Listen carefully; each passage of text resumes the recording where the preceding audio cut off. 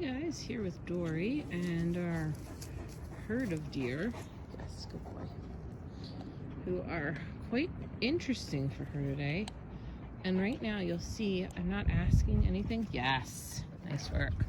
Of her. She was behaving, right? She was just sitting and looking quietly and calmly. So that was nothing to be concerned about. And I let her look and let her engage in that level. Had she been getting more anxious, more really focused on the deer, trying to jump, bark, etc., body tensing up more, I would have tried to call her, get her attention, moved her back further. But what I've, talked about so many times, yes, is letting the dogs make a decision for themselves. When they make a decision for themselves and they have the freedom to pick a decision, just like you or I, rewarding that good decision that they make is so much more powerful to her than me telling her constantly what to do. Car's coming, we'll move out a little. And she's just scanning the deer on the opposite side. There's actually one, you probably can't see, maybe a little movement right on the opposite side of that bush. Yes. And when she chooses to check in with me, reward. Theo knows this game and has 0 prey drive, so this is an easy game for him. We're gonna kind of move ahead a little and see what we get from her.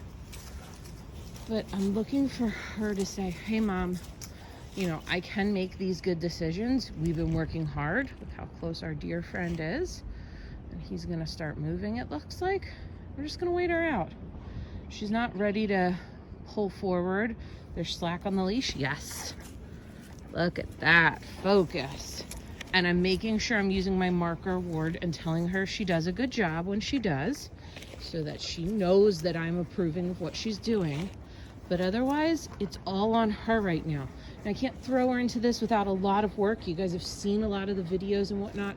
Some of the deer are actually coming closer to us now because they're curious. They're always curious about Theo. I think they don't know what kind of animal he is. The girl.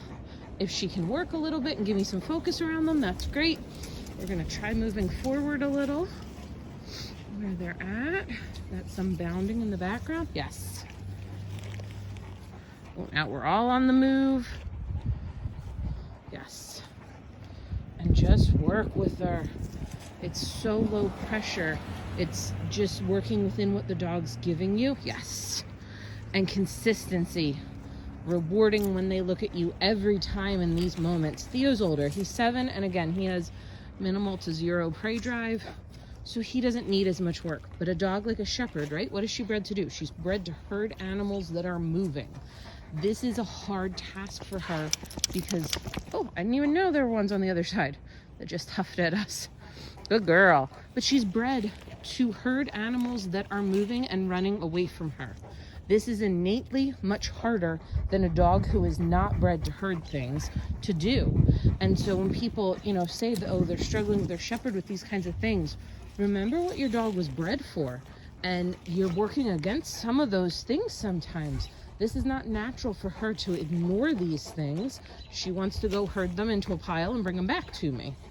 And she's actually being fairly grabby with the treats right now, which also tells me that although she's listening, she's paying attention to me, she is a little bit more worked up than I would like because she normally has a very soft mouth. That alone can tell you that this is getting harder for her when, in essence, she really doesn't look like she's struggling at all. We'll do a little bit more with a flat palm just so I don't get nibbled on.